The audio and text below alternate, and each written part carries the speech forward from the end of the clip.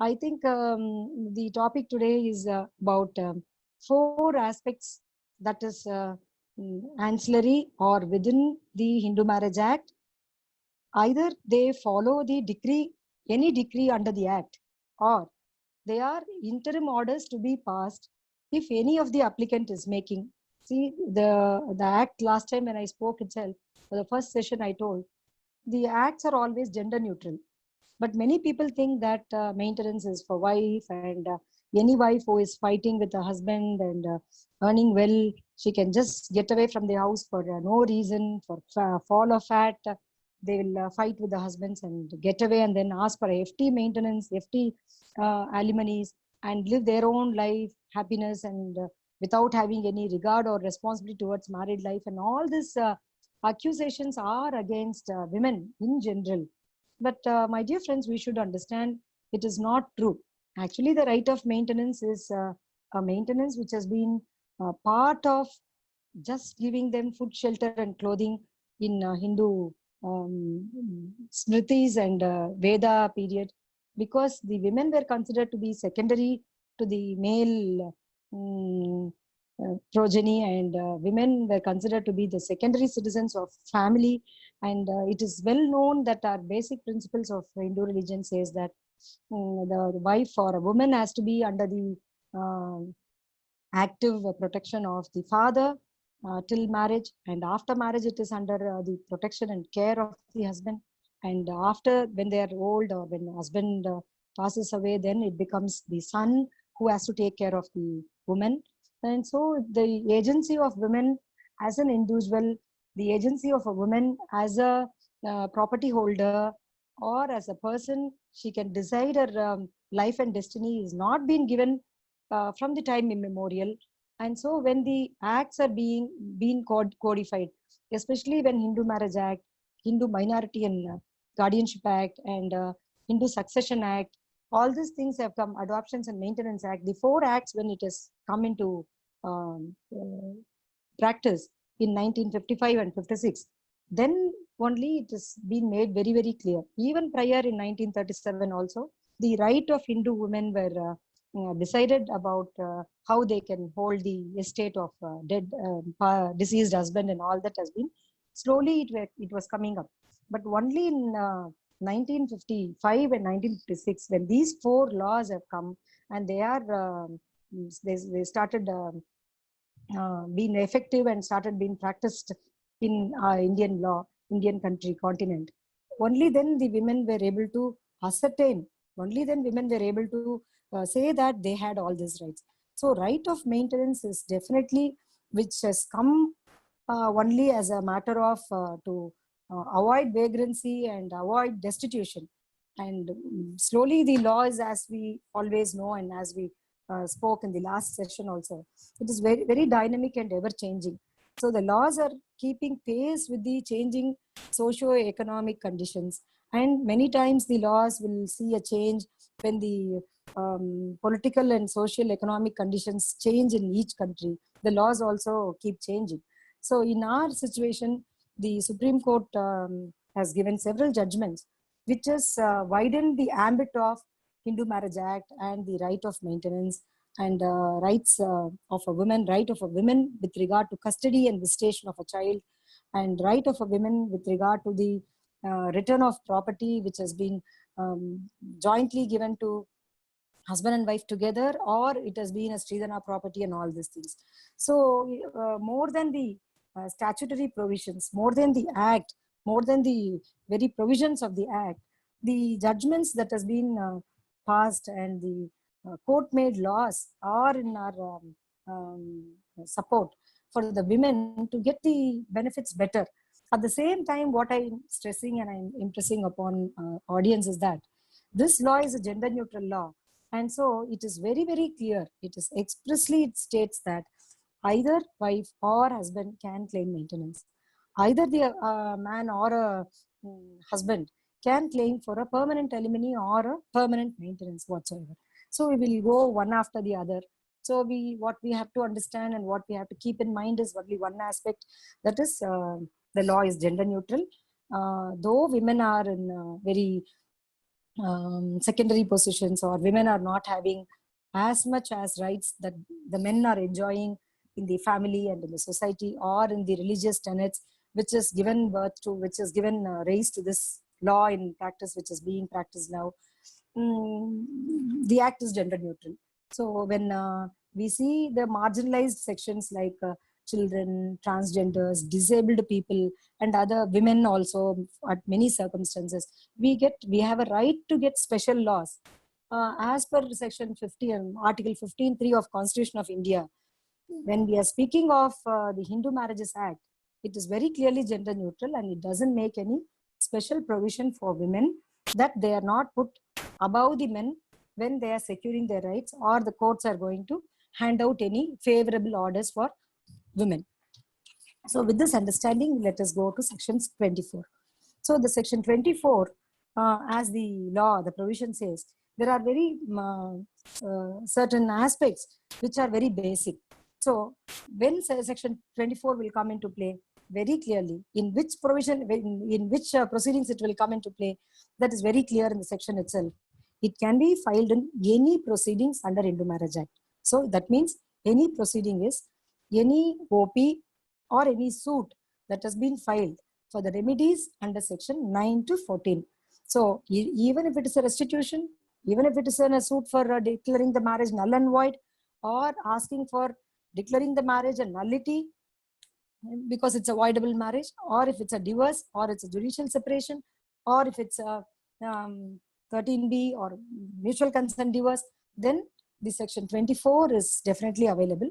In 13B, you need not confuse whether we are filing section 24 interim petition in 13B, but nevertheless, that is also forming part of the clauses that accepting couple, the mutually understood and the mutual terms that has been accepted by them, definitely includes the aspect of interim maintenance, which is well given in section 24. So this can be filed in any proceedings. That's the first aspect. The second aspect is either the wife or the husband for her or his support. So it is very clearly mentioned, either of them can file for their support. So later on, the judgment was given, support has to be interpreted, meaning to say that it is a maintenance also. Support means it's a financial support for their livelihood and for several other things also, which we will come later. And it is for necessary expenses of the proceedings. So if a person is aggrieved by the proceedings itself and they are not having enough financial capacity to contest the case, then it is very clear that the aggrieved person, many times, most of the times it's women, and they can claim compensation for conducting the proceeding itself. That is a maintenance for when they're asking for maintenance for their life support. They can also ask for the necessary expenses for conducting the proceedings against the husband, against whom it has been filed also. So on application by husband or wife. So many times the people who come to us used to ask, Madam, since my husband has filed a case, my wife has filed a case, should she not give me money? She is the one who has gone to court. So he should pay the money first and then only he can take up. Then we have to tell them, it is on application. It is not automatic. It is not without even asking for it, no interim maintenance pendant right will be ordered. So the provision itself says on application. It is not by oral representation stating the aggrieved woman or man is not having enough capacity to get along with the case, so something may be ordered and all that doesn't work. So it is on application. And the court may order the respondent to pay to the petitioner two aspects. One is that expenses for proceedings, as the section provides. Number two, a monthly sum during the pendency of proceedings. So it is amply made clear that this is an interim arrangement till decree is made. Any decree that is going to be passed under Hindu Marriage Act, only till then section 24 operates. So it is interim in nature, and this provision, it further says this order, when court thinks that order has to be made, either by application of wife or husband, then it should take into consideration and should have regard to the respondent's own income and his property and own income. And no, it's not property because this aspect comes under only section 25. Section 24 says that own income of the husband or the wife who is sought to be ordered to pay maintenance to the applicant. So if the court is making order to pay for the petitioner, they should see what is available for the respondent, be it wife or husband. So, and also it should take into regard the income of the respondent and the petitioner of the application. So when section 24 is being filed by a wife, then the court will definitely take into account what is the income that she has for her support on her own. So many people used to think that the wife is coming from a very wealthy family. The father is having lots of properties, and father is having a government office and is holding a very big post and all that. So definitely we need to understand that it is the court will have regard only to their own income. That is the income independently that is earned by the wife or the husband alone will be taken into account. I'll let you know the judgment which says that the other things are immaterial later. So, and also the proviso of this section 24 says that as much as possible that courts may order these petitions within 60 days of filing it. So the 60 days is a time because it very clearly says that it can also pay for the expenses of the proceedings and for their support. So the support is the maintenance. Maintenance is for basic requirements, food, shelter, clothing, and also by several judgments, catena of judgments of Supreme Court and also High Courts. Now, education and medical expenses have been added into food, shelter, clothing, medical and education. Because as we all know, education has become a fundamental right, and we know about RTE Act, Right to Education Act also. So when that has become a fundamental right, it is not children or the women can live only by food, shelter, clothing like a cattle or a chattel. So that is the reason why they are entitled for medical assistance if needed, required, and also definitely for the educational expenses, which has to be paid by the husband or the respondent to that petition. So the right to claim maintenance actually fructifies from the date of application. Sometimes we used to see that after conducting the proceedings for about a year or some 10 months or 15 months, the parties will say, why the petition is not being filed? Why at all it is not being given to me? For all these 15 months, I've been taking food from my parents and I've been taking money from my sisters or friends whatsoever.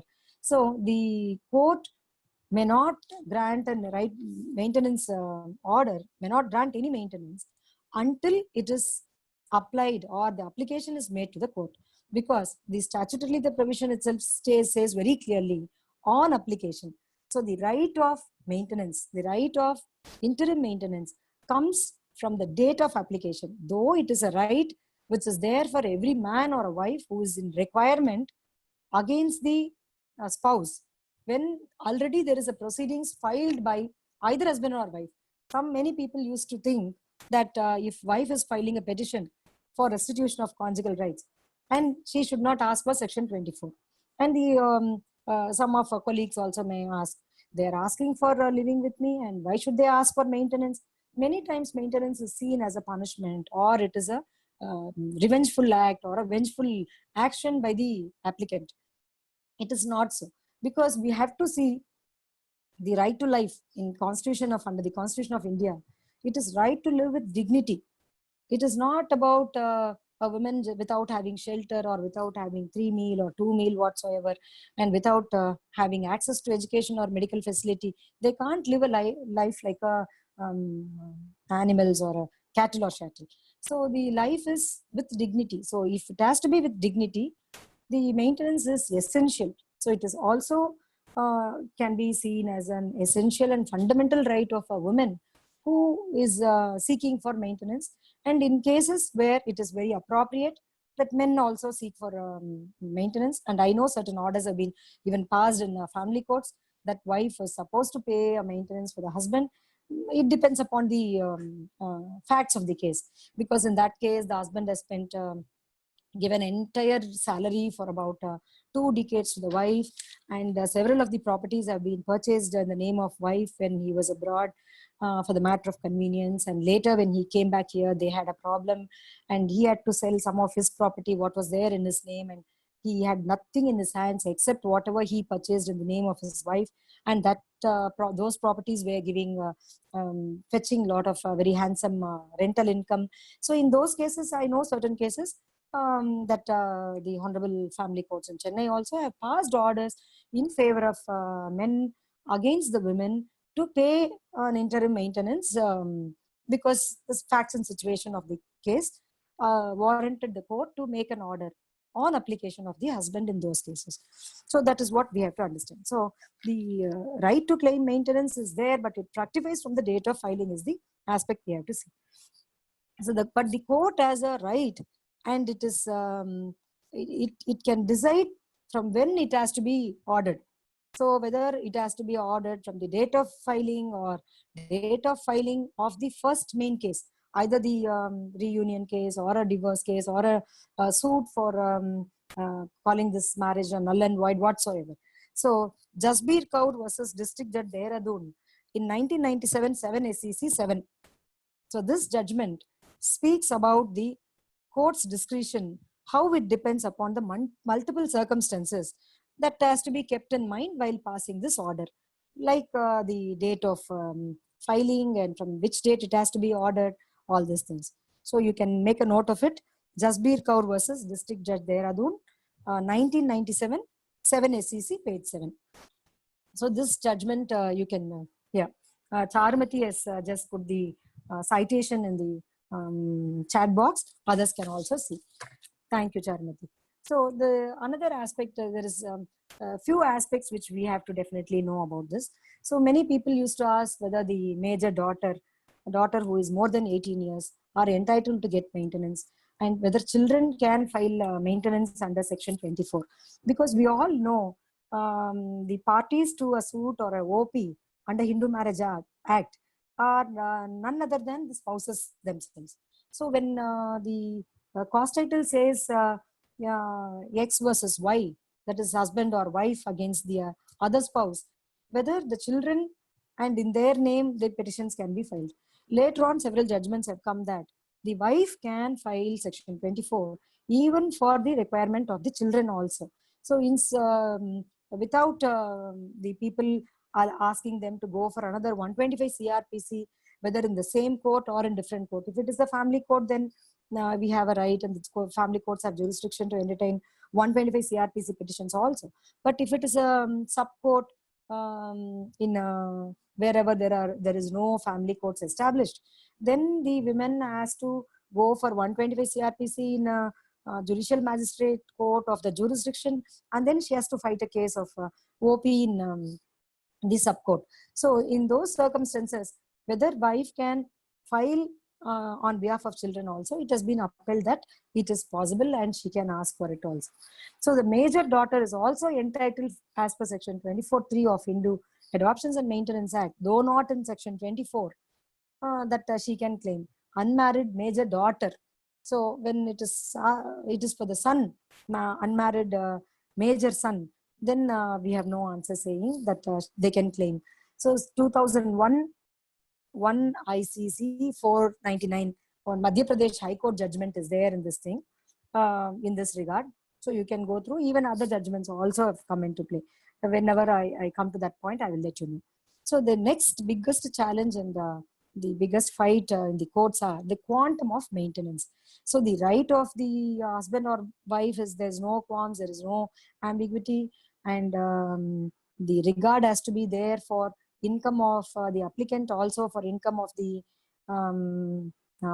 husband. So all these things. So the co-host is asking me to repeat the judgment again for the major daughter who's entitled for maintenance is 2001 1 ICC 499 MP Madhya Pradesh. I will let you know the cause title a little later because I failed to note it here. So when we speak about the quantum of maintenance, she should not have an independent income for her or his support. That is what is being given in Amarjit Kaur versus Harbhajan Singh case. But later on, this has been modified and it has been explained, and it is more clearly explained. So the wife or a husband, and especially in this case, in the Amarjit Kaur case, the wife. So they say that wife should not have independent income for him or his support. So the quantum is the discretion of the court again. You can go through this aspect more clearly in 2003 10 SEC 228. 2003 10 SEC 228. The case law is that Amarjit Kaur versus Harbhajan Singh. So in this judgment, the quantum is also, it states that the court has discretion. That is the first one. The second one is Amarjit Kaur and Harbhajan Singh, 2003, 10 SEC, page 228. So, and later the discretion of the court must be what is to be, how the court will have discretion. That is a big question again. So the courts have to be dealing with these matters while passing orders, and their discretion should be guided on the criteria that has been spelled out in section 24. That has been made extremely clear in another judgment in Supreme Court, in Neeta Rakesh Jain versus Rakesh Jain, 2010, 12 SEC 242. That is, when the husband and wife are fighting for their rights, and especially when wife is asking for a particular sum of amount as an interim maintenance, then the quantum and the discretion on from when, how much has to be paid, what are all the aspects that has to be taken into account, all these things are to be decided by the court. And the courts have to be guided by the criterion that is provided under section 24. So the criteria that has been provided under section 24 are very, very clear. It says that it is for their support. What is support? Food, shelter, clothing, and also the medical needs and educational needs of the children. And also the own income of the petitioner who is making the application, and own income of the respondent who has to be paid. So all these aspects the courts have to take into account. And it also says in Neeta Rakesh Jain matter, the court has very clearly stated the detailed or elaborate exercise may not be necessary going into their property and their income and other things. That is because if this is an interim petition, the interim petition is always can be varied or modified or rescinded on change of circumstances by making an application by the aggrieved party, whoever is being ordered to pay the maintenance. If that has been wrong, or if the circumstances change, if he stopped getting his own income, or the person in whose favor the order has been made started earning more than what he could do, all these things are circumstances which may come up later also, so that the orders can always be changed or modified or varied, since it's an interim order. Since the court in which the 24 has been made, they have no right to, as a matter of right in the provision itself, to vary the order. The new petition has to be filed stating the new circumstances and providing with the documents wherever necessary, or providing with the evidence also. Otherwise, if the changed circumstance has been mentioned to the court in an appropriate manner and the courts do not change it, definitely the revision lies against the order 24 by which one party has been aggrieved. So the Neeta Rakesh Jain versus Rakesh Jain judgment in 2010 12 SEC speaks about all the relevant factors that has to be taken into account to arrive at a proper amount by the honorable courts is very clearly explanatory. So then we can come to the not only the income and requirement and dependence of the petitioner and respondent and all these things. The socio-economic background of wife is also should be taken into account. And courts have time and again made a very clear thing that the husband or the courts, when they are offering for a maintenance, husband is making an offering for maintenance of the wife, it shall be to the standard of living to that of the husband, or it should at least match the standards in which the wife would have lived in the husband's house without she was able to required to be filing this section 24.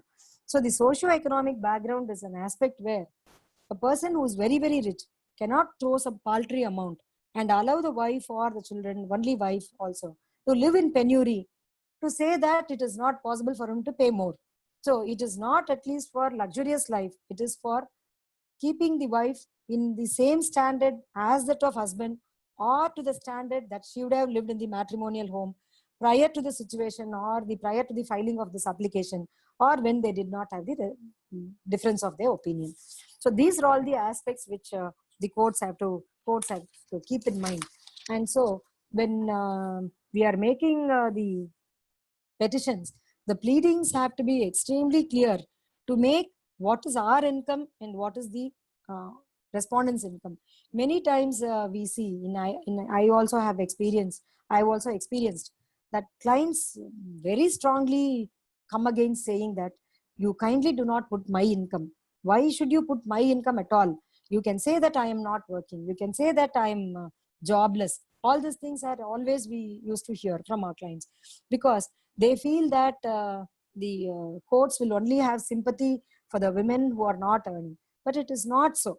Even if they are having their own income, it has the courts will definitely have a regard for her income and the quantum of her income and what is required if she is alone or along with the children or with the child, and whether it is required, the amount what she is earning is enough or not.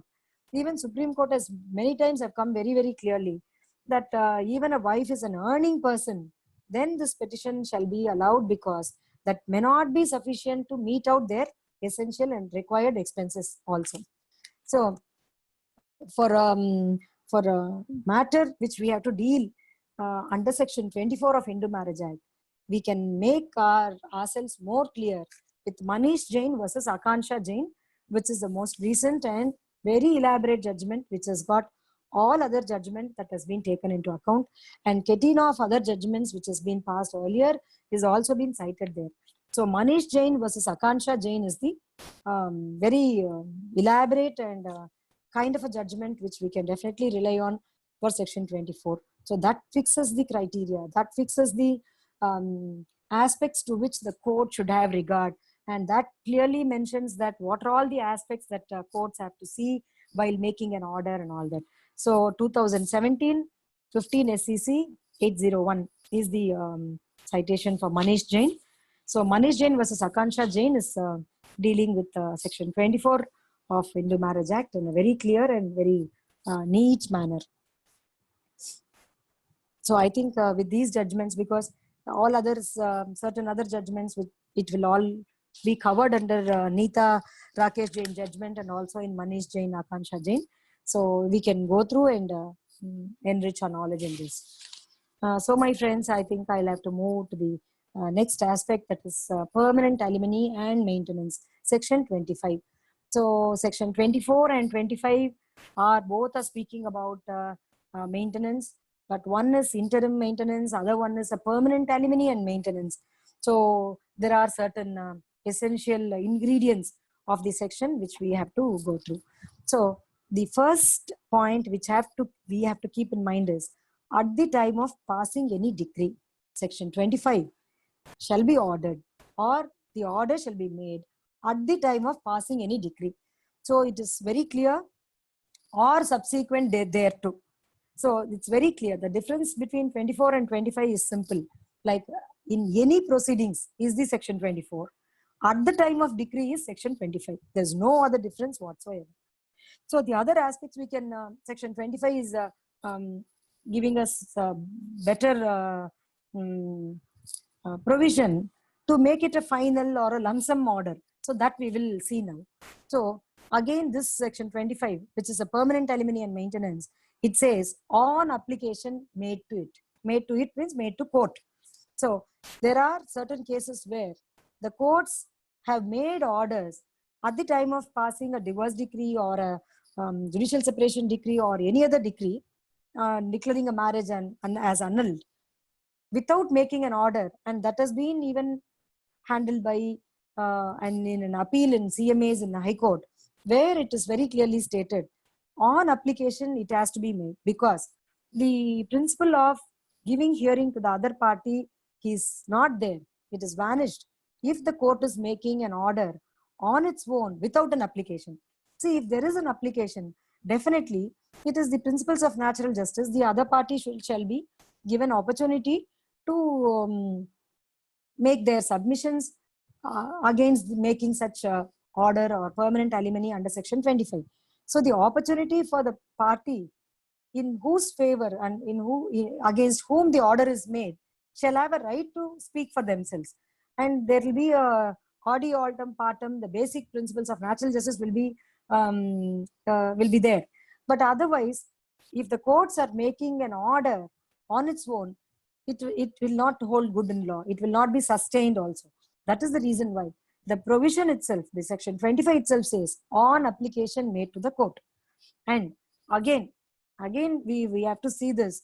This is really, many times we don't see very basic things which is there in the provision itself, either by husband or wife. We always think that only husband has to pay maintenance, permanent alimony and maintenance to the wife, even at the time of the decree is passed. But the law says, the law provides, as we opened this topic with saying this act is gender neutral act, very clearly it again says the application for section 25 for an order of permanent alimony and maintenance can be made either by husband or by the wife. And the courts may order the respondent to pay the applicant for her or his maintenance and support. So again, the maintenance and support is the words that has been also used in section 24. What is the difference is, there the expenses for the proceedings were there, here it is not there. So here it is for the maintenance, for his or her maintenance and support, such gross sum or such monthly or periodical sum. So the gross sum is the aspect which holds the key. If it is a gross sum, then the relationship is completely severed and the parties are becoming completely free and independent of each other. And the aggrieved women most of the times need not come to the court for non-payment later after few months or 2-3 periodical payments have been made and all that. So this provision, section 25, very clearly makes it, the courts may order such gross sum or such monthly or such periodical sum. So it is not either, it is not only the option of for gross sum alone, or it is only for monthly sum alone. All three options have been given. It can be paid as such once lump sum, a gross sum, or it can be a monthly payment, or it can be a periodical payment also. Even we have experience, many of us would have had experience, even when we are completing the divorce on mutual consent, we used to accept and make a provision in the petition itself. Though it is not many times reflected in the decree, but in judgment, they used to extract every 5 years that when child is completing 6th standard, when child is completing 10th standard, such and such amount has to be paid and all that, we also make. So it is periodical also is accepted for a term not exceeding life of applicant. So this is a right in personam, like whoever, the wife or husband, if they are getting an order under section 25, even though it is in permanent nature, when it is passed at the time of or subsequent to a decree, the order is enforceable only, and it is available only for the person in whose favor it is passed for their lifetime. It definitely cannot be continued or availed by the legal heirs of the person who benefits out of the orders under section 25 when it is made along with the decree. So it is a right in personam that order which is made along with the decree is definitely only for their right. And so what are all the aspects that has to be taken into consideration while passing the orders? So the first, the own income and property of the respondent. Own income and property. So the difference is, earlier in 24 we saw that property was not taken into consideration, only income. Even if a person is having a big property, if they don't have any income, it's a dead asset, and we cannot ask for interim maintenance based on the properties, and we cannot calculate it's worth certain crores or certain lakhs and all that. But the same person, the same couple, when the matter is come to a closure or an end by way of decree, at that time of passing decree, definitely the own income and property will be taken into consideration. If any, even the income and property of the applicant. So definitely the courts will have regard to not only the income and property of the respondent, but also of the applicant. Number three, this is also very, very important. The conduct of the parties and other circumstances of the case, because this order comes to be passed only at the time of decree after a trial. So in the trial, the courts would have seen the conduct of the parties, how they are conducting themselves, or the way in which they treat this petition or the others, or the attendant circumstances, we can say. See, sometimes the wife will be, for to understand it in a better way, I can just give an example. In a case where the wife is having a very good income more than the husband, but she has filed all the cases, criminal and domestic violence case, and she, when the husband and when the in-laws have got the acquittal, she has gone in appeal and all that. So the wife is also earning very well, and she's claiming in the court that she wants to live with her husband, but she's going against appeal against acquittal. She wants to put them behind bars also. So there are certain things, and the party will not be there in the court, or they will have their own attitude towards the whole case, or even towards the honorable court also. So these are all the things that courts will take into account when permanent alimony is ordered. So there is this is all comes under section 25 clause 1, and 25 clause 2 is that if there is a change in circumstance, at the instance of either party, the court can vary, modify, and rescind the order in section 25 itself. So when there is a gross or a lump sum amount paid at once, at one go, and the either other party also accepted, they have not gone against the alimony order in appeal, then it becomes final. Otherwise, the parties will again agitate it in the High Court for their better order for the decree of permanent alimony whatsoever. Because since it is a permanent and final maintenance, it can be periodical till the lifetime of the wife or husband. If the wife or husband, if they are not they are remarried again, or the wife is not living a chaste life even as per section 25 clause 3, or the husband is having voluntary sexual intercourse with some other person other than the spouse, and this order can be varied or modified, or it can be rescinded also.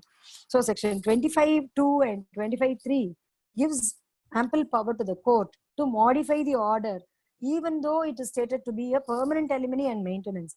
I'm able to see in South India, or especially in Tamil Nadu, we see at least 99, 98, 95% of the cases, when the decree is made, the order for alimony is agitated or asked for or applied to, or application is filed there too.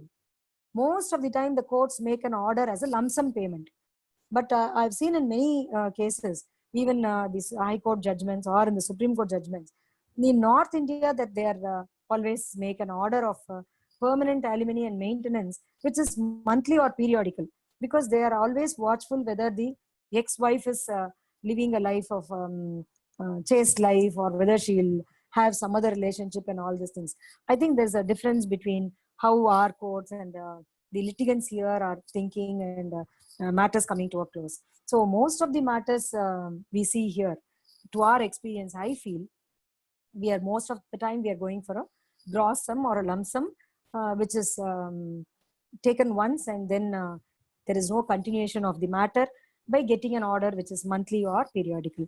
So most of the times the section 25(2) or section 25(3) wouldn't come into play, because many times the young people nowadays, after getting divorce done, they are remarrying for the betterment of themselves, or for betterment of their children, or for their life partnership and all these things, which is absolutely their right and absolutely welcome. With respect to each individual's decision is respected over there. So we can see about 3 or 4 judgments in this section 25. They are most important, though there can be several judgments. I should say the first one is very interesting aspect.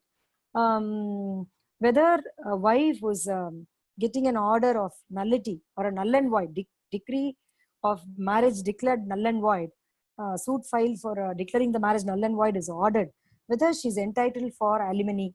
So this is the most common question many times I used to face whenever I speak about this or discuss among the students or a fellow, our own colleagues. So it is very clear that any decree that has been passed under this act, it can be the order of permanent alimony and maintenance can be given, but with a rider clause, which I'll come little later. So even if it is declared null and void, section 25 can be ordered. You can see in the judgment, Ramesh Chandra Ram Pratapji Daga, Ramesh Chandra Daga, you can write it like that. Ramesh Chandra Daga versus Rameshwari Ramesh Chandra Daga. It is 2005 2 SEC, page 33.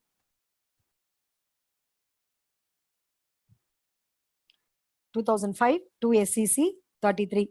Ramesh Chandra Ram Pratapji Daga versus Rameshwari Ramesh Chandra Daga. So in this, it's very clearly made that even the courts made an order, makes an order for declaring the marriage null and void. Nevertheless, section 25 shall be ordered. And in U Sri versus U Srinivas, this I spoke even in the first session. Whenever there is no ground is taken for desertion, the court shall not make order in the ground which has not been pleaded. So for that also, I cited U Sri versus U Srinivas, 2013 2 SEC 114. So this case also states that Supreme Court judgment in 2013 2 SEC 114 in U Sri versus U Srinivas, the Supreme Court very clearly made an observation that no arithmetic calculation be adopted for grant of section 25. It is not like motor vehicles claims matter. There is no arithmetic calculation that will make good all these things. So they say that the status of the party should be taken into account, and respondent social needs and the capacity and financial capacity of the husband, all these things should be taken into account. And though this is the case where they said, though it is not for luxury, it shall not be a case of man-made disaster for the woman by not making appropriate orders. 2013 2 SEC 114. Charmati, you can type it out. U Sri versus U Srinivas, 2013 2 SEC 114. So this is where the courts have to, the courts cannot adopt arithmetic calculation, but shall take into account of all other aspects. So not only in that case, later on several cases have come into this, because the biggest challenge for a lawyer like us, lawyers like us, will be to get a good quantum for the wife, for the husband to get a very minimal possible or probable amount shall be paid.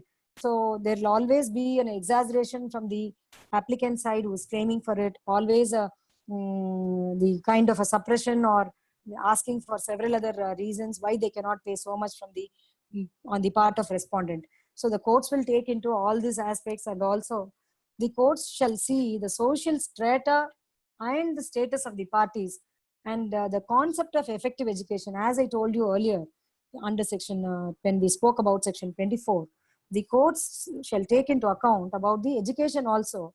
And it says in another case, effective education shall be considered, the concept of effective education. So any husband will easily say that the government is providing right to education and it is free of cost, so I shall not pay even a single paisa for the child, since you were not all right to me when you did not allow me to live along with you for whatever is the reason. So they cannot say that the education is free and you can admit your children in the government school. So in Malati Ravi versus BV Ravi in 2014 7 SEC 640, the Supreme Court has made it very clear the concept of effective education shall be considered. So whenever we are met with a situation where the provision of section 25 shall be also covering for the educational needs of children, then this judgment should come in handy. 2014 7 SEC 640, Malati Ravi versus BV Ravi.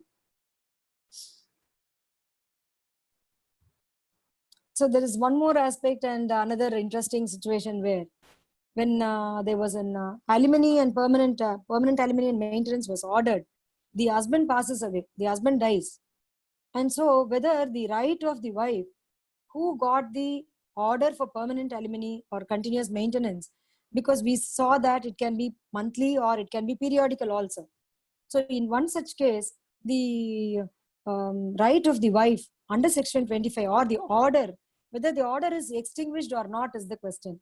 So in Aruna Basu Malik versus Dorothea Mitra, in this case 1983 3 SEC. Since it was little interesting and it was different thing, I wanted to mention this.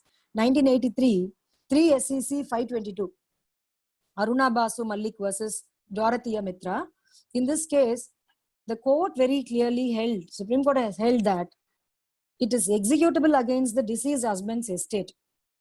So when husband passes away, after when the 25 petition, the 25 order, the decree along with the order in section 25 of Hindu Marriage Act is still subsisting and it is there in favor of the wife, definitely she can claim and she can execute the order from the husband's estate and against the person who is holding the estates of the husband.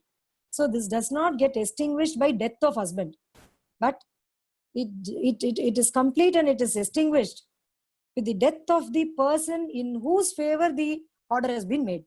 See, for example, in the same case, if wife passed away, if wife dies, then the legal heirs of the wife cannot go against the husband or deceased husband's estate to ask for the right to be executed. So we have to be very clear. With the death of the passing away of the husband, death of the husband, the order under 25 does not get extinguished. So this was a little interesting and a different thing that I wanted to mention. And so most important aspect that we all should know is another aspect where many times they used to ask after, thank you so much.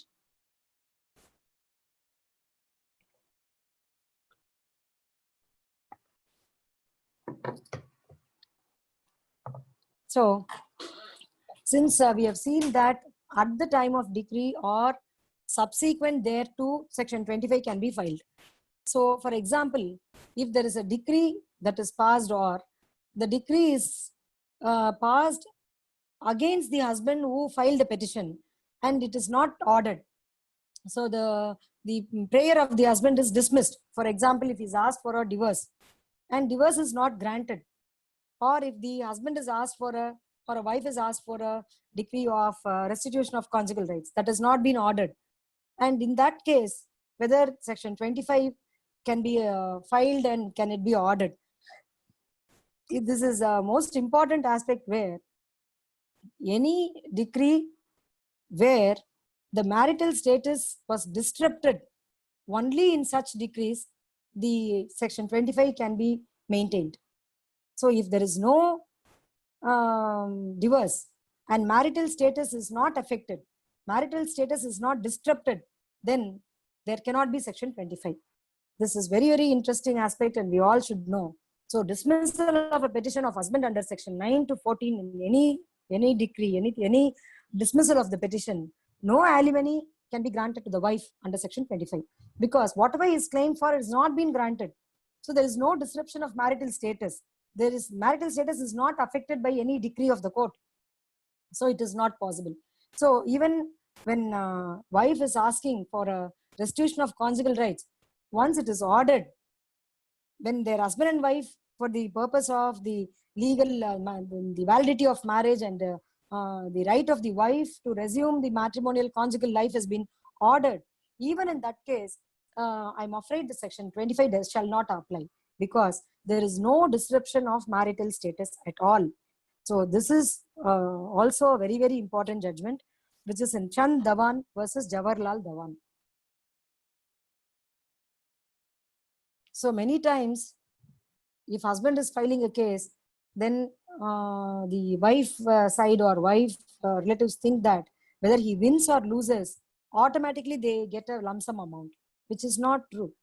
The concept is, if the marriage has been dissolved or the marriage is disrupted, whether it is declared null and void or it has become a voidable marriage and it has been annulled, or it has been judicial separation has been granted, even there the marital tie is there, but the life is the marital status has been disrupted. Though she's a wife, she cannot be in the house, or she's allowed to keep away from him without getting his money or monetary financial support or any other support. So even then it is possible, but I don't think when it is ordered for section 9. And this is the judgment we'll have to go through. Chand Dhawan versus Jawaharlal Dhawan, 1993, 3 SCC 406. I'll repeat, 1993, 3 SCC 406.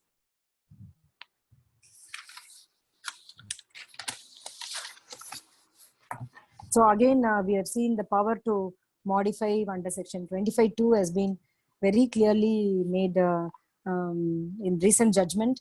That is Kalyan De Chaudhary versus Rita De Chaudhary. This is rendered by Justice Bhanumati. Bhanumati J in 2017, 14 SCC, page 200. So this is very widely used by matrimonial causes lawyers, I know. And about sum of 25% of his gross salary and assets and all these things can be will be a reasonable amount, and all that has been expressed here. So for the first time, earlier it was like about 33%, 1/3 of his income or assets were being ordered based on some judgments. And now presently in most of the courts also rely upon this judgment, which is Kalyan De Chaudhary judgment, 2017, 14 SCC. Charumati, I'm repeating it, 2017, 14 SCC, page 200. The citation, yes, thank you. The citation is that Kalyan De Chaudhary case. So this very clearly mentions that court has a right to pass an order under section 25(2). The higher amount that has been passed by High Court has been modified and varied, and this judgment has been given, and it is also spoken about section 25 clause 2 powers of the court, how it can always modify and rescind and change it. And it is also speaking about 25% of the net asset and income value of the respondent husband that can be considered to be given. So there are a lot of other things also, but given the time, like about 1 hour 45 minutes, that's what I was having in mind for about 4 topics. This is only an cursory indication of what all the aspects we should learn. It is not actually a big learning, but since we are all advocates, we can definitely take all these points into our mind, like bullet points, and develop and enrich our knowledge only by going through all these judgments and reading them. And that is how it has to be seen. So I think I'll go to the next topic, section 26, custody of children. So custody of children under section 26 is provision where the multiplicity of the proceedings need not be there for anybody, woman or a man, who are fighting for their rights in the matrimonial courts. So definitely children play the most important factors for them to ask for some relief or not to ask for certain relief, or to contest a case or not to contest a case, and to oppose a claim or not to oppose a claim. So the children play a very vital, pivotal part in their lives after they are born. And though the fighting couple are having their own problems, most of the times the women are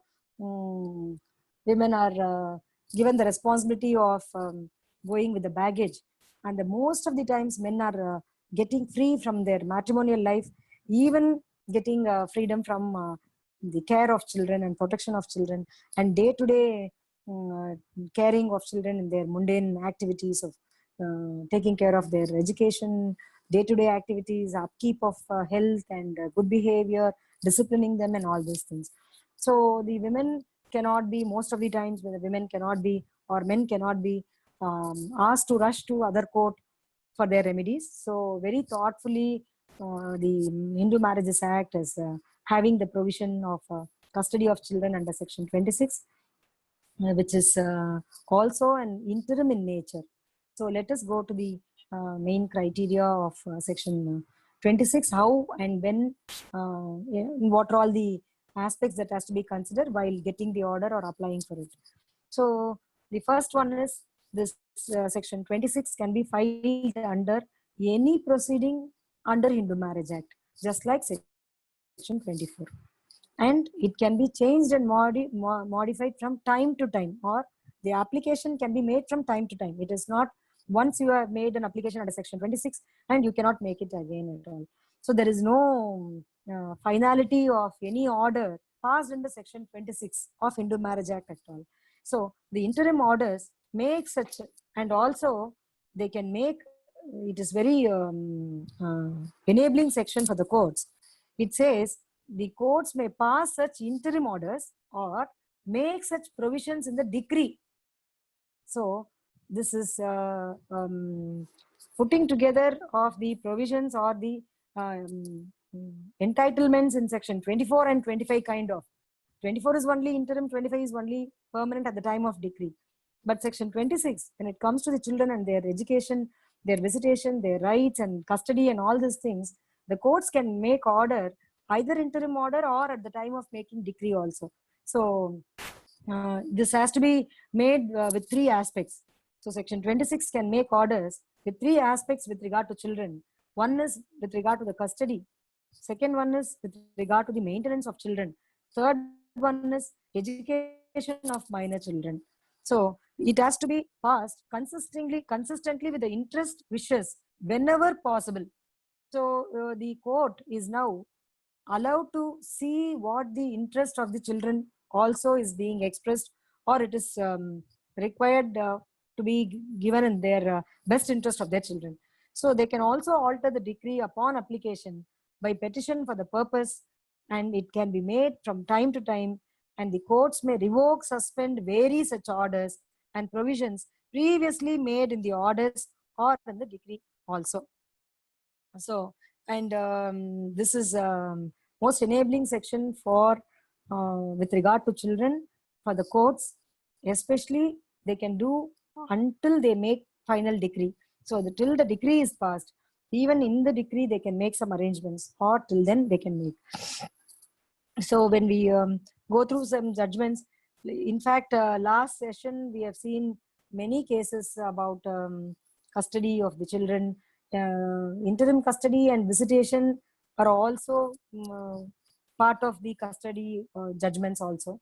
So there are many judgments as we spoke last time, and you will all have a complete list of the judgments which we have spoken, and what are all the aspects also. So exactly those judgments can be applied here if the wife is asking for custody of the children in as a permanent or a final at the time of decree also.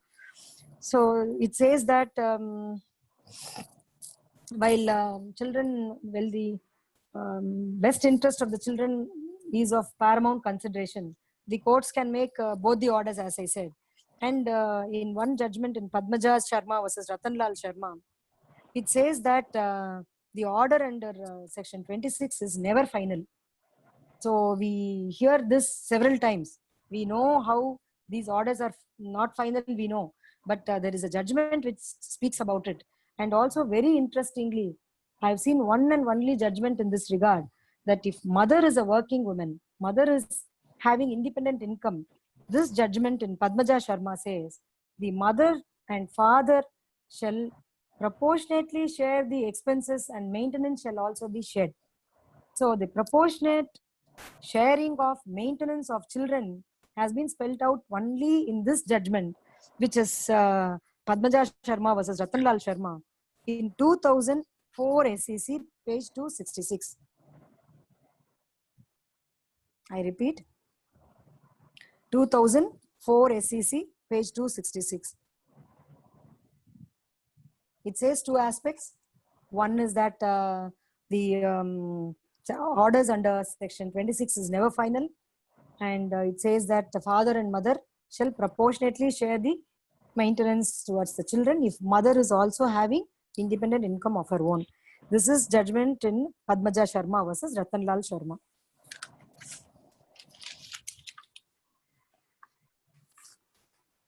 So as we all know, the welfare and interest of the child are the paramount consideration, not the convenience or pleasure of the parties while granting custody of the children. So even in Supreme Court, there are certain even in last time when we spoke about the cases, we have I have mentioned about these two judgments. So I'm again repeating it. It is not for the convenience or pleasure of the parties while granting custody of the children. So they say, even Supreme Court went ahead and said, they are not your properties, or they are not chattel to be allocated between the parents. They are individuals of their own and they have their own rights. And in their best interest only the orders will be will be made, not as per the rights of the fighting or contesting parties, that is the parents, whether father has more right or mother has more right. That is not a proprietary thing among them they fight. It is the courts will make an order considering their interest as paramount, and then they shall make an order. So Kumar v Jagirdar versus Chetna K Ramatirtha, this is a judgment, 2001 4 SCC 682. So it is not the convenience of the parties. So even as I told last time, when we lawyers, we deal with the matrimonial causes, the most difficult case is that when the father and mother, the parents of the children are fighting for custody and visitation rights. It will be so emotionally draining for us, because when the mother is crying her lungs out that she shall not show the child to the father, it will be a very hard path for us to convince the woman to say that it is the right of the father and also right of the children to have the love and affection of their father or the mother, whomsoever it is. So when our client comes, this is the one case where we have to speak against them, but in the interest of children, though the children are not our direct clients. So whoever is the lawyer, we are when we are given with the duty of getting a brief, we have to play a very clear role of taking the child's best interest into our consideration, and we have to go strongly against even our own clients if they are very adamant in not showing the children to the other parent, because that will be squarely doing injustice for the children. So that is what has been very clearly expressed in Vikram Veer Vora versus Shalini Balla. It is a very sensitive issue. It is capable of being modified and keeping in mind with the needs of the child only. So the courts can always modify. So 2010 4 SCC page 409, the second judgment in the same kind of a thing. 2010 4 SCC 409. This is Vikram Veer Vora case versus Shalini Balla. 2010 4 SCC 409. So with this, along with what we have spoken about jurisdiction and inter-country jurisdiction of the child and custody and visitation, all that last time we have seen very clearly. Finally, I want to say again what I said last time. The visitation rights and custody of the child, the classic case, the literature is what Justice VRSJ has ordered. It is Anand Alais Akash versus Vanita Vijaykumar case. It is it's a case of its own class, because it is spoken about what are all the kinds of parenting and parental alienation, how the parental alienation will cause such a worst impact on the child, that not allowing the child to see the father or mother. Most of the time the children will not even express their likes or interest or their requirement to see the other parent, because they know they don't want to hurt the parent with whom they are ordinarily residing. So the custody will be there with one parent. The other parent will definitely and necessarily need to have a visitation. See, if the other parent is not at all asking for a visitation, that's a different question. You're not going to go and convince compulsively, and we will not insist upon showing the child. But when there is a petition, when there is an application, but I'm also aware, and you are also aware, that many times the husband or wife will file a petition, sometimes very rarely the wife file a petition only to offend the other party and to put them into distress, and they will ask for the children for 2 years or 3 years or 4 years. They would not have they would not have asked about the children, they would not have cared about the children for all these years. But once the wife is asking for alimony, once the wife is asking for maintenance or for dissolution of marriage, immediately the husband, we see, they come out with a petition for interim custody or complete custody, or filing a separate GWOP also. So they know that they want to hurt or hit the person where they are the most weak. Weakest point will be hurt by the opponents. So the husband knows that the weak point of the wife is the children. So very sensitively she will approach it, and she will give up all other claims against him. So many times it is a very vengeful act of the other fighting, contesting parties we see. So we need to balance all these things and understand the intricate aspects and feelings of either party, and wherever it is required we need to do justice. And definitely, if whether you go through the other judgments or not, if you are having any interest in child custody or matrimonial causes laws, you have to, with regard to visitation and child custody, should read Anand alias Akash versus Vanitha by VRSJ. This is a CTC judgment. I actually written all these things at paper. I just missed, and right now I'm not able to say.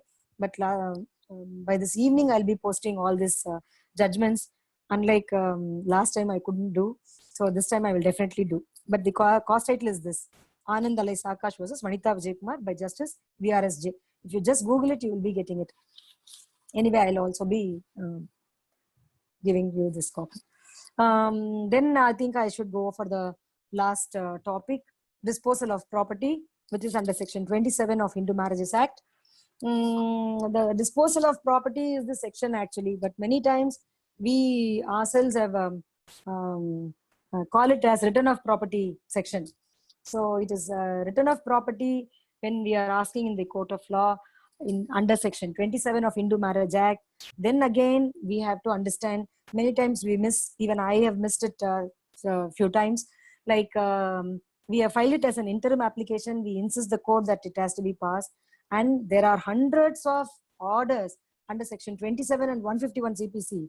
The family courts have ordered return of Sridhana articles, but the provision of law very, very clearly says court may make provisions in the decree as it deems fit and just and proper with respect to any property presented at or about the time of marriage. See, the court can make a provision in the decree. So that means very clearly it is not an interim order at all. Because even recently there was an appeal in the High Court where the High Court has very clearly made it a point and to reiterate again, saying that the order that has been passed as an IA before the trial or before the passing of decree is not legally maintainable.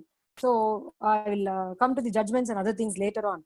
The provision of law, that is the section 27, very reading of section 27 says, this court may make provision in the decree as it may deems fit, deems just and proper with respect to the property presented at or about the time of marriage, which may belong to jointly or both husband and wife.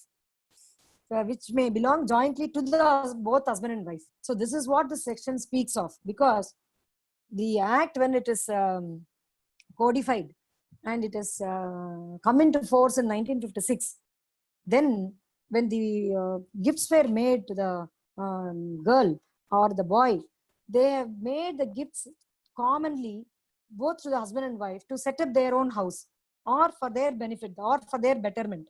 So what is Sridhana is something different. So it is, Sridhana is completely an absolute property of the women. Like it is not, it doesn't come under section 27. 27 speaks about property which has been presented at or about the time of marriage. But we can also say this is also inclusive of Sridhana property by several judgments. But the provision of law has not stated or mentioned the word Sridhana or Sridhan property of the women, which is an absolute and exclusive property of the wife. And it is not mentioned. However, this section, it has widened its ambit and it has been explained in such a way to give a broader meaning, to encompass the aspects of Sridhana also of the women, which can be made by the courts of law. But however, the courts cannot go against the statutory provision and make an interim order. So, my friends, we have to necessarily file a petition if we want to get the return of property, which is Stridhana or not a Stridhana or a joint property.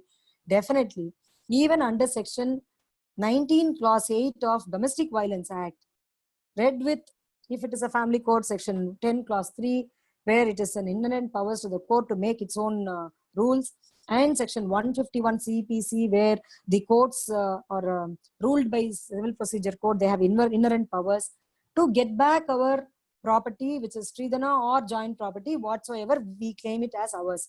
So we have to be very clear hereafter. So the petition, section 26 of DV Act, we all know, it provides for filing a petition, an interim petition, in any civil or criminal proceedings, whichever is pending in any courts, in any proceedings.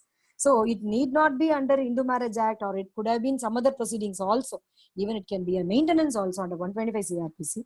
Then under section 26 of DV Act, we get a right to ask for any relief that is between section 18 and 22 of Domestic Violence Act, where section 19 clause 8 speaks about asking for return of property and the valuable assets of the women, or return of her income or monies whatsoever. So when we are filing in the concept of getting return of a Stridhana property back at the time of under any proceedings, if we want to get it as an interim order, then my friends, instead of invoking section 27, it is better we invokes provisions of DV Act along with section 151 or along with section 10 clause 3 of Family Courts Act, and file the petition and get our relief.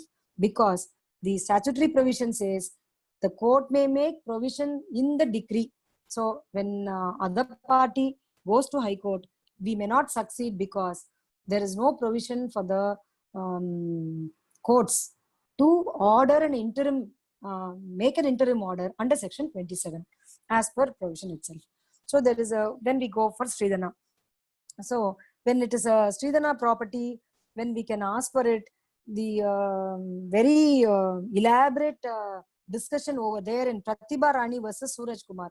This is also one of the very classic case or very elaborately dealt case where you should definitely go through. And I also give one more judgment in the last, where that is encompassing all the aspects of Stridhana and property of women, whether it is criminal liability of husband is taken away or not, and all these things. So in Pratibha Rani case, 1985 2 SCC 370, 1985 2 SCC 370, it states that it does not touch upon or affect the criminal liability of the husband under section 438 and 468 or 406 IPC whatsoever. Because it was argued in that case that alternate remedy was given to recover Stridhana property was given under section 27 of Hindu Marriage Act, and the wife cannot go against the husband with a penal provision or a criminal proceedings that he is usurped or he has taken away the Stridhana property. So this is the judgment. Pratibha Rani versus Suraj Kumar said the wife's right of towards a Stridhana property is absolute, and this provision under section 27 and Hindu Marriage Act does not take away the right of the wife to proceed against the husband even criminally, and it does not affect or touch upon the criminal liability of the husband under any provisions of penal law. So we should go through this judgment to understand and deal with the section 27 of Hindu Marriage Act. And filing of section 27 belatedly after 2 years of filing of divorce, whether it is maintainable or not, was another question raised. And in Urmila Rani versus Raj Kishan Gupta in 1995, supplement 4 SCC 602.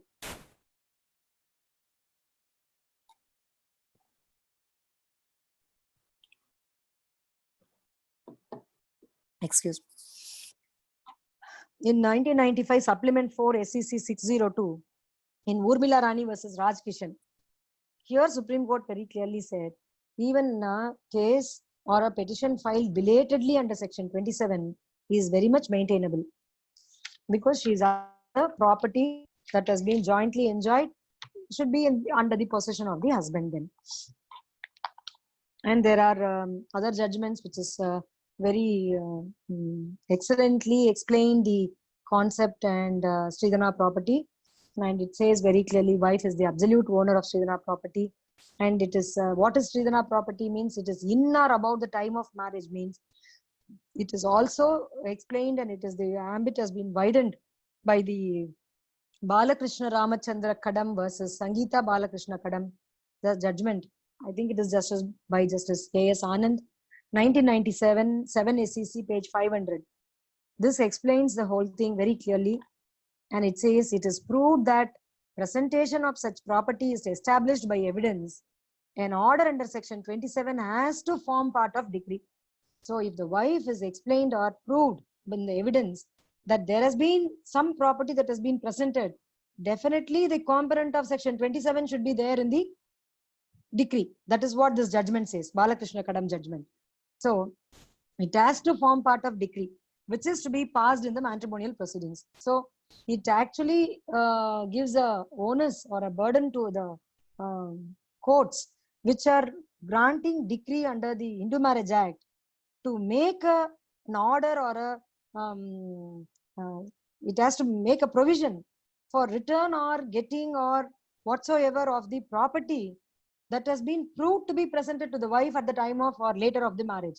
So even in this judgment, it has very clearly stated at the time or at the about that time or after the marriage, if it is in the rituals of marriage or in the event of marriage, it's continuing thing. So when they're continuously giving some presents, it is only because that marriage has taken place, it's sustaining. So that is how they say that all the property will form part as a Sridhana property.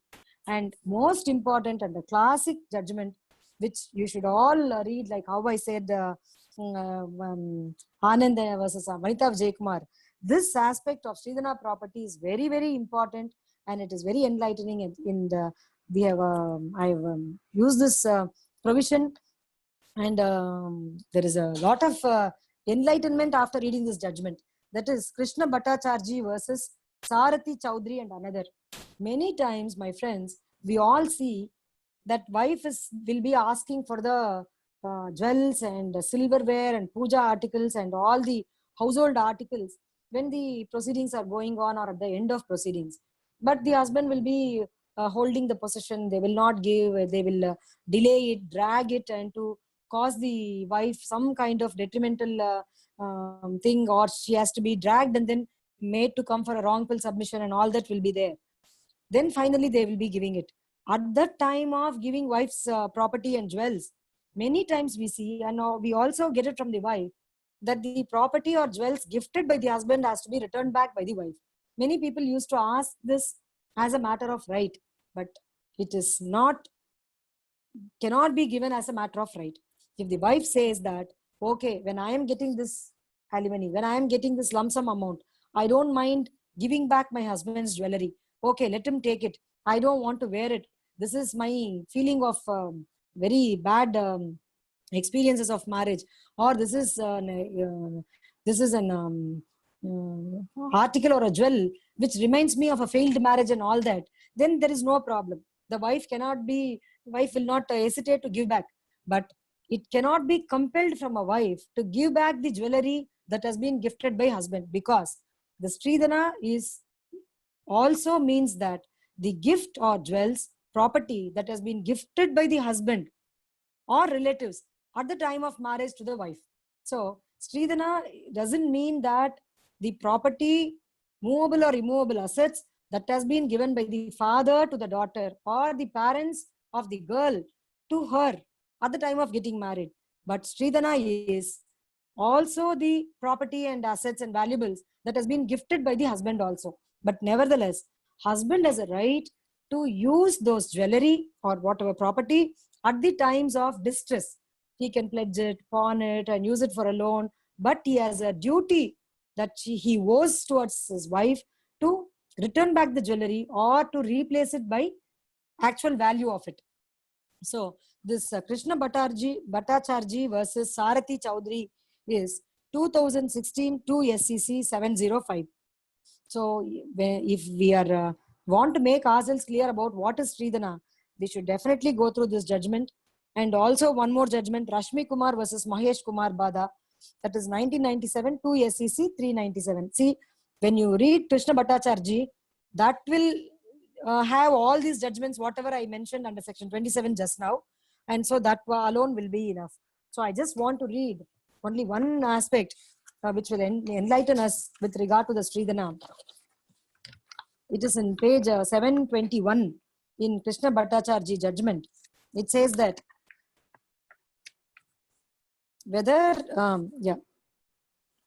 gifts to the maiden, page para 471 deals with the wedding gifts, and it is stated therein that property is gifted at the time of marriage to the bride, whether by relations or strangers, either Adyagini or Adyavahinika or the bride's Sridhana. In para 481 at page 426, it is stated that ornaments presented to the bride by her husband or father constitute her Sridhana property. So the same thing, the next para it says, it is thus clear that the property is gifted to her before marriage, at the time of marriage, or at the time of giving farewell, or thereafter, or her Sridhana properties. It is her absolute property with all rights to dispose at her own pleasure. He has no control over her Sridhana property. Husband may use it during at the time of his distress, but nonetheless, he has a moral obligation to restore the same or its value to his wife. So what I want to impress here is that Sridhana doesn't mean what has been gifted by the father of the girl, what has been gifted by the parents or brother or uncles, aunts of the girl. It is also the property gifted by the husband. So normally when we see, when girl's family used to give 100 sovereigns of jewels to the girl and 10 for the boy or 5 for the boy, normally when we see the upper middle class family cases, then the girl getting about 5 sovereigns or 10 sovereigns or whatsoever from the husband's family as a gift of marriage is also Sridhana. So no husband, no man can rightfully claim to give back his jewels when he is holding her jewels. In fact, under section 6 of Dowry Prohibition Act, the husband is only holder in trust. Husband can hold the property of the wife or the jewels only for the 3 months after marriage, since she is going into a new, he is a holder in trust. After 3 months, it is his duty to give it back to the wife, and till then he can have a safe custody. So this Krishna Bhattacharya judgment, I'll repeat, 2016 2 SEC 705, and Rashmi Kumar judgment 1997 2 SEC page 397. So 2016 judgment will have everything in comprehensively it has been dealt with. So this is how it goes. So we can understand and know and learn that Sridhana is not, it is inclusive of husband's gift also, but most of the times it is not in practice. Let us ensure the rights of the women clients, whoever comes to us, and also tell our male clients that you can't hold your own jewelry as yours, while it has already become Sridhana and she becomes an absolute property of the wife, of the woman. When there is a parting or a dissolution whatsoever, when return of Sridhana is there, either under section 27 or as an interim order, it shall be taken into account that gifts given by husband is also Sridhana. So with this, I think I conclude, and I've spoken about all 4 aspects like interim maintenance,